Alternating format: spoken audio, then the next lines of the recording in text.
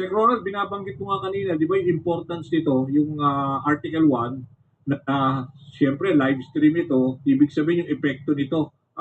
For those na hindi masyadong nasusundan, medyo nabubor daw pag mga numero ang pinag-uusapan. So, yun nga, ginawa nila Tagalog yung the way, yung the conduct nung takbo kanina ng testimony. Pero yun lang nga, tumatalaga, siya lang naman sa lahat ng mga VP for the past 10 years na experience niya ni si Wamil, si VP Sara lang ang nag-avail nitong confidential funds. Yes. Kahit nga yung mga intelligence agencies noong panahon namin. Yun, binabanggit mo. Oo. Very minimal. Oo. Very minimal mismo yung confidential fund. Halimbawa, nung National Security Advisor, na in charge sa intelligence, in charge sa NICA. Wala naman? Intelligence panahon ni Pinoy? Nung nagsimula, wala. Nung dinegotiate namin na magkaroon, maliit lang. Malayo sa intelligence fund ng Vice President at saka ng DepEd Secretary. Kaya nung nakikita ako itong mga numero, nagugulat ako dahil nung panahon namin, bariyang-barya yung intelligence fund no? Nabanggit mo so grabe 500 million doon. At saka sabi niya ni Wamil pala kanina, pati raw sa DepEd, hindi yan nagko-confidential. Sa experience niya lang doon sa previous, let's say, na sinerve niya na hindi na sa office of the VP. Pero yung DepEd Secretary, when he was state auditor, hindi rin daw nag-avail ang DepEd. So sabi niya, yun lang ang parang somehow tumatak. Nagmarka sa isipan ng mga, let's say, kung ikaw ay viewer. Yes. At saka hindi pwede i-contest yun ng defense. Dahil on the record yun Diba? Ang nakakatawa lang ay,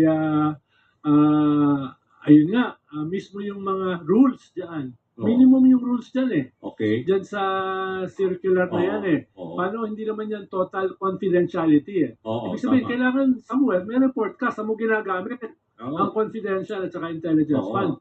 Kaya, but even then, parang hindi nasunod. No? Yung mga pagbili ng grocery, ng mga furnitures, no? Pati yun, wala hindi naman confidential yun, di ba?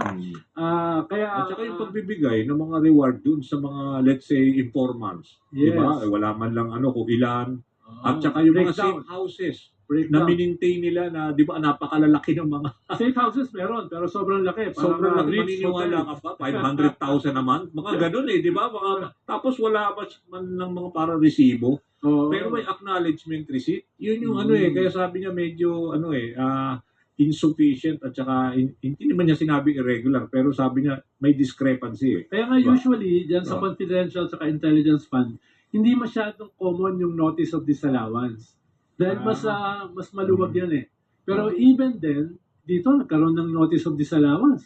No? 70 million plus, no? Dun sa DepEd, 400 million hindi plus. aligned dun sa joint circular, talagang call out nila yan. Ang notice of disallowance, pag kailangan mong bayaran, yung mismong head ang kailangan magbayad niyan. Kaya hindi ko alam kung kayang bayaran yan ni VP Sara, no? Dahil sisingilin siya dyan Sisingilin siya dyan, no? Kaya tingin ko simula pa lang ito. Simula pa lang ito, no? Again, sinasabi ko, setting the template. Okay. Nag-last week kasi, mga bank records Di ba? Yung mga teller at saka bank manager. Ngayon, ay mga dokumento. No, COA reports, bank reports, at saka BIR reports. Yung coming yun. BIR, coming na yun. Kasi may authorization ng presidente, di ba? To open the box. Anyway, if I can go back lang, Sec Llamas, kasi parang naging relevant na naman kasi di ba, ibalik ko lang yung Article 4, di ba, yung grave threats? Lately, di ba, may pronouncement na naman si VP Sara, di ba, sinasabi niya na, itong gun violence is very prevalent ngayon, nangyayari ito sa administration ni BBM. Sabi niya, do you know that if this happens to me, yung aking asawa, pag merong mistress yan, I can hire only 5,000 pesos, pwede na ipapatay. So sabi ko, nung ako nanonood doon, talaga sinabi niya pa sa ICC area, di ba? So sabi ko, parang this speaks volumes, di ba? Nang ibig sabihin na this is the character. Ito ba ang parang, let's say, pwedeng, yun yung sinasabi niya, yung misfit to di ba, yung unfit, di ba, to natatawa ako nung to pinapakinggan become ko rin yun. president. Di ba? Katulad mo, Danny, dahil andun siya sa harap ng ICC habang sinasabi niya na napakamura ng buhay sa Kaya Pilipinas. nga, Mismo yung asawa ko, pwede ko ipatira for 5,000 pesos. Kaya nga. At relevant yan dahil nung height ng tokhang, yun yung nababalitaan namin presyo ng buhay. Ganon? No? Ganon kababa? Dahil ang alam namin, 25 million eh. Tapos yung 20,000 doon sa government official na nagpatira. Yung 5,000 yung actual na hitman. Yun yung nababalitaan namin noon. Kaya medyo may sustansya yung sinasabi niya. At medyo alam niya. Medyo alam niya yung nangyayari. At isa pa nakakatawa, ay sinabi niya yan pagkatapos niyang sagutin yung kanyang napakalawak at napakalalim na knowledge about Pax Silica. No, magkasunod yan eh. No? Magkasunod na.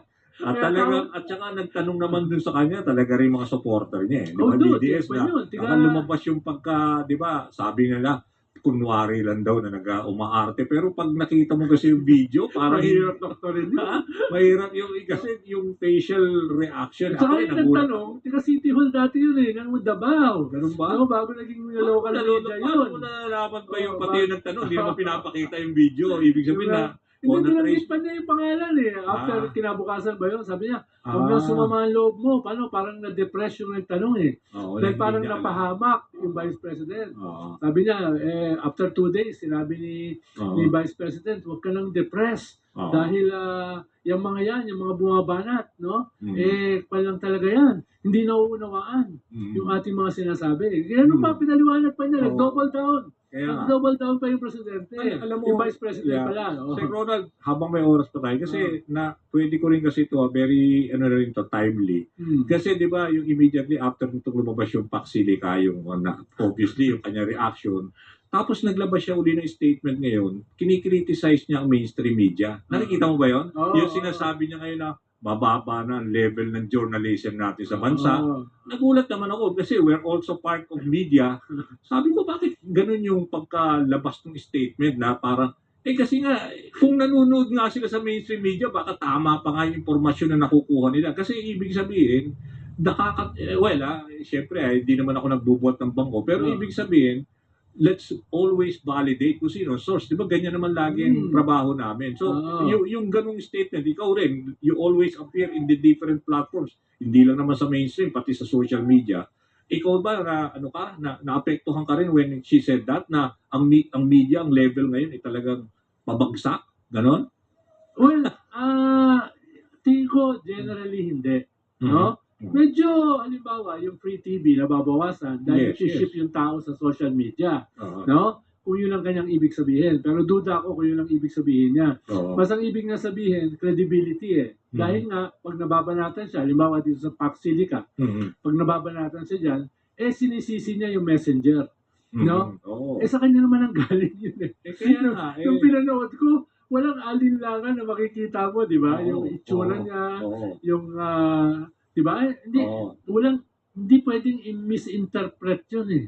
Pero syempre, dahil kumalat, sisisihin niya yung media. Doon ako natatawa at nagagalit. Why always blame the messenger? Diba? Ikaw yung pinanggalingan ng mensahe. Diba? Ikaw yung mag-ayos. Diba? Pero in fairness naman sa mga ibig sabihin sa mga mainstream media, alam mo, we always make it a point to get her side. Kung ano may lumalabas mga istorya, talagang laging ayaw eh. Ayaw din to make herself available. Kita mo pag mga press con, parang limited lang yung gusto niya. At saka minsan nga, ayaw nga mag-accept ng questions eh.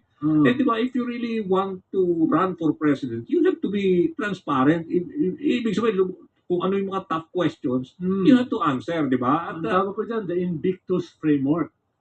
Dahil nung... paliwanag mo. Dahil pinapatawag siya dito eh. Ayaw na dumalo, di ba? Dito sa impeachment. Pero dumalo siya at nagsalita siya for 11 seconds. Kinuha niya yung Invictus, di ba? Pero walang open forum. Pag-upo niya, 11 seconds, alis. No? Siyempre, yun ang pinikap, di ba? For her followers, bigat di ba? Di ba? Pero ikaw na medyo mapanuri ka, you have to guess, di ba? Bakit gano'n? Di ba? Pag gano'n, kala ko man lang tumanggap siya ng mga tanong, di ba? Alam mo naman, di ba? Katulad yung Pac Silica episode na yan, paano mo ipapaliwanag yun? Eh di, huwag ka na lang magpa-interview. Baka lumubog ka pa doon sa kumunoy na ikaw mismo ang gumawa. Hindi, nabigla siya eh. Tinanong siya eh. Di ba, kita mo kaya naka-on cam na eh. Oh, pero sobrang kalat na yung usapin ng Pac Silica. Hindi mo naman kailangan alam yung detalye. Pero ibig sabihin, sa lahat ng pinag-uusapan eh, di ba? Lahat ng media, lahat tsaka ng that TV, was how many days after, di ba? At saka yung interview sa kanya after the SONA na yun, di ba? Di ba? Yung interview. Pac Sili. Kita mo sa mukha niya. Tsaka Fox. Fox Sili. Kaya kahit kunin niyo yung side niya, sigurado ko hindi siya magpapa-interview. Dahil na ano lang siya, na on the spot eh, di ba? The episode speaks for itself. Volumes nga, sabi mo, di ba? Kaya nga. Yun yung ano. So, ikaw, tingin mo, kasi meron nang lumabas yung Okta research nga, di ba? Napag-usapan natin na yung first week pa lang ano pag-uusapan pa lang tumama na, nag-reflect na sa survey, bumaba ng 8 points. Pero tingin mo, itong mga succeeding, let's say, not only Okta, pero sa iba, I'm almost sure dissipate pag lumalabas na yung mga ebidensya. Pero ako kasi, dapat marami kang staff eh. 400 yung security mo eh. Mas sigurado ko, marami kang abogado, marami kang mga kwan. Dapat binibrief ka. Vice President ka eh. Binibrief ka man lang sa mga current events. Binibrief ka kahit surface information lang para hindi ka naman mapahiya. Diba? Para lalo na nasa gitna ka ng impeachment, maraming gustong kumuha ng opinion mo, dapat updated ka dyan, minimum. Diba? Paano ang pinag-uusapan dito? Fitness mo to be Vice President, a heartbeat away from the presidency. At ikaw, yung nag-a-announce pa lang, natatakbo ka for the presidency sa 2028, ikaw pa lang. So, tapos yung ganyang kahalaga mga usapin, wala kang alam, diba? Tapos pinagmamalaki mo pa, kung nagkamali yung asawa mo, paano mo siya ipapatira for 5,000 sa harapan ng International Criminal Court? Pick up talaga dito lahat. Yun nga, at saka yung location where she was saying that, di ba? Wala bang self-awareness kahit konti? Wala bang circumspection man lang? No? Nako, Roland, inubos na naman tayo ng oras ang bilis ha? Kailangan na ho natin magpaalam, pero maraming salamat ulit Siyempre, thank you for always guesting. Nandito ba ako sa Miyerkules Ganun ba? Dapat. Para marami pa tayong pag-usapan. Meron pang trial araw na yun Wednesday. So, thank you salamat for guesting. Okay, yan si Secretary Ronald Llamas, political analyst yan na very in demand sa iba't ibang mga platforms. Anyway, ako po pansamantala magpapaalam at babalik ko bukas para din papapatuloy ng impeachment trial ni VP Sara ang aming special coverage sa DZMM. Nakakatawa nga po naman yung Pac Silica. Ako napanood ko rin yun Wala. Isipin mo, Vice President ka. Yung pinag-uusapan ng Pac Silica, walang kalam-malam, walang knowledge. Nandun sa ICC siya nun dinalaw niya yung kanyang tatay, si Tatay Digong ng Davao. Ngayon, meron kong nabasa, yung sinasabi raw ni Tatay Digong niya, kasi wala nang pag-asa talagang umuwi yun Walang pag-asang umuwi yun ng buhay. Kasi nga, meron siyang kaso doon na dapat niyang harapin. Ayaw niyang harapin. Binibigyan niyang pagkakataon na mapakinggan ng kanyang side. Nakalipas ang 1 taon, nung Marso, 1 taon. Pinayaman niya lang yung kanyang abogado. Naging milyonaryo. Magkano bayad doon? 150 million yata kada buwan. Sa loob ng 1 taon, naging milyonaryo. Yung kanyang abogado, then binitawan na siya. At kumuha na naman siyempre, kailangan ng abogado pagdating sa korte. Ayaw naman niyang umapir ngayon. Dapat, accurate pa naman yung isip niya Tsaka masarap ang buhay niya ron At yun ng mga, yung ICC na detention cell yan, nung araw na nandito pa sa Pilipinas, hindi pa siya na-deliver doon. doon sa, naalala nyo, napanood nyo ba yung 19th Congress? Kasi 20th Congress na tayo ngayon, ano? Nang iniimbestigahan siya, ano sabi niya? Gusto ko ron.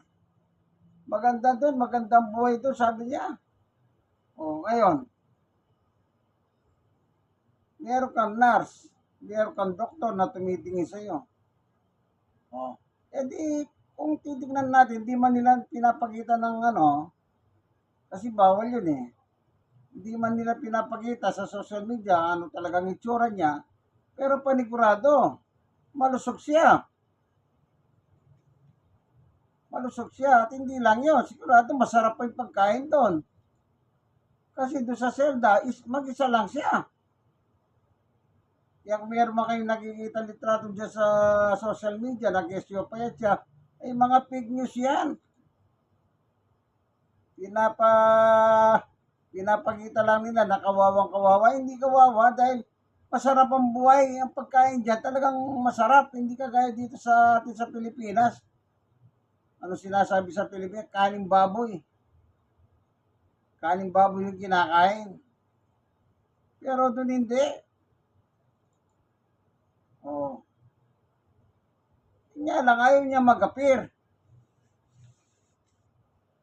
Di ba dating piskal yan eh. Ang nag-appoint sa kanyang piskal si dating Presidente Cory eh. Oh. Tapos, ba't hindi niya harapin yung mga ginawa niya rito sa Pilipinas? Kailangan marinig nila yung kanyang boses para depensahan ang kanyang sarili. Yung lahat ng akusa sa kanya. Pero hanggang ngayon, hindi siya umapir sa hearing. Kahit na naka-video lang, ayaw niya eh. Lagi sinasabi, hindi raw kaya, unfit siya. Maniwala kay drama lang yun eh. Kung naalala niyo, sige panoorin niyo yung mga maisog nung araw. Yung nagmamaisog sila dito para tanggalin si Bongbong Marcos. Di ba? Ang lakas-lakas niya pa eh. Nakakapag-rally pa ng maisog eh. Dinala lang ni General Torre do sa ICC eh. Kesyo, hindi na ang daming drama. Dapat sana, total, dati ng abogado naman siya. Dati siyang piskal sa Davao. Dapat i-depensa niya yung sarili niya. Oh. Kanya lang ayaw niya. Maraming dahilan. Alam niyo ang mahirap dito sa kanya kasi. Yung lahat ng kanyang pinagsasabi, naka-video. Yun ang mahirap doon eh. Isipin mo, sasagutin mo yung nagsasalita sa video? Sino yung nagsasalita sa video? Si dating Presidente Rodrigo Roa Duterte. Kailangan sagutin niya yung pinagsasabi ng kanyang clown. Clown. O kakambal. Kaya siguro ako sa akin lang, opinion ko, kaya hindi siya uma-appear sa hearing. Napakahirap naman eh. Kasi ikaw yung nagsalita ron sa video eh. Tapos hindi totoo yan. Aba. Kagaya nung anak na, di ba? Sabi, patay si Bongbong. Anong sabi pa ni Sarah? No joke, no joke, no joke. O, kita nyo? Tapos, mga ilang araw na balita, wala naman ako sinabing gano'n ah. Manang-mana yung anak sa tatay. Saka demonyoan. Di ba? Kung kita nyo kung magloko daw yung asawa niya, magkaroon ng babae, 5,000 lang, pwede niya patira. Ano yan? Utak talaga kriminal. Sabagay, di na kayo magtaka. Isa sa mga witness do sa ICC na nagsalita rin labang kay Sarah, na si Sarah din, nung panahon nila sa Davao, Tokang. Kaya, kaya yung utak criminal, o si Basti naman, ang sabi ni Basti, yung ulo ni Bogbong, sabi niya eh. Kita niyo, ulo lang. Ang hinihingi ko, sabi niya. Diyan makikita mo yung mga kampo ni Satanas. 1:8:44. Kung ano ang gusto ng inyong ama, ay siya yung ginagawa. Siya ay mamamatay tao sa simula pa lang. At ama ng mga sinungaling. Di ba? Ama ng mga sinungaling. Talagang pasok na pasok ang Duterte's family. Diba? O ano masasabi niyo naman, dumalaw si Pangulong Bongbong sa Davao. After na SONA, pinuntahan niyo pinatatayong bahay. Diba? Ang daming tao. Ang daming tao. Ngayon, iniwan si Secretary Vince Dizon doon para mag-imbestiga doon sa 51 billion ni Pulong. Kaya naging malaki swimming pool ang Davao eh. O nakita niyo ba sa balita, di ba? Nagkaroon ng malaki swimming pool ang Davao. Kaya alamin na ngayon ni Secretary Dizon, Vince Dizon ng DPWH, kung talagang kung paano nalos tayo yung 51 billion sigurado. Iimbestiga niya yan. May signal ng Pangulo, kaya nga iniwas siya dun eh. Po, kaya sana panood ko sa TV, ang daming tao. Daming tao. Sana sa susunod, bitawan nyo ng mga Duterte, kayong mga nandyan sa Davao, sa local election, pagka mayor, meron mga ibang kandidato dyan, umanap naman kayo, baka naman matisod naman kayo mas matino. Hindi utak kriminal. Meron mga kandidato dyan eh. Hindi nga lang sila kasi siyempre napinipilit ng mga Duterte ang Davao eh. Dahil yun nga, pumapatay ng tao. Kaya walang lumalaban sa panahon nila. Kaya sila lalagip. Mayor, vice mayor. Then election, babaliktad lang pareho. Yung vice mayor magiging mayor, yung mayor magiging vice. Sila na lang eh. Di ba? Subukan nyo naman yung ibang mga pamilya dyan. Baka naman, maka-Diyos ang piliin nyo naman. Hindi maka-demonyo, Satanas, maka-Diablo. Bago kayo ng isip, gamitin nyo isip nyo na binigay ng ating Panginoon Diyos, ha? Dito wala tayong political call, narinig nyo, ha? Yung pinag-uusapan patungkol sa impeachment. Day 11 na. Ako naman yung sinabi ko naman sa inyo, yung mga napanood ko na naman sa television, sa social media. At sigurado kayo rin, yung napanood yung mga sinasabi ko. Diba? Mga kaibigan kay Jesus, Brother Manny Bautista. Sa 2028, mag-isip naman kayo. Gamitin naman yung isip nyo sa tama. Ang iboboto nyo, walang talangka, walang demonyo sa utak, sa puso, wala. Malaya naman tayo eh, di ba? At saka isa pa, huwag kayo magpadikta sa mga reliyon. Yung mga reliyon na nagdidikta na yan, sa demonyo yan. Ang batas, kalayahan mo bumoto yan. Tapos yung religion leader mo, dito ang boto mo, kahit mamamatay pa tao, binoboto mo naman. Eh di uto-uto ka. Wala ka sariling utak. Yung utak mo, pinadurog mo doon sa leader ng simbahan nyo. Bawal yun. Wala sa Biblia yun. Maniwala kayo. Kahit yung ginagamit niya ng talata sa unang Korinto, wala ka mababasang ganun yun. Sa konstitusyon, malaya tayong mamili ng gusto natin. Di po. Lagi po kayo manalangin dahil lagi na lang may bagyo, mahintang panahon, at ano pa, mahintang panahon sa Senado.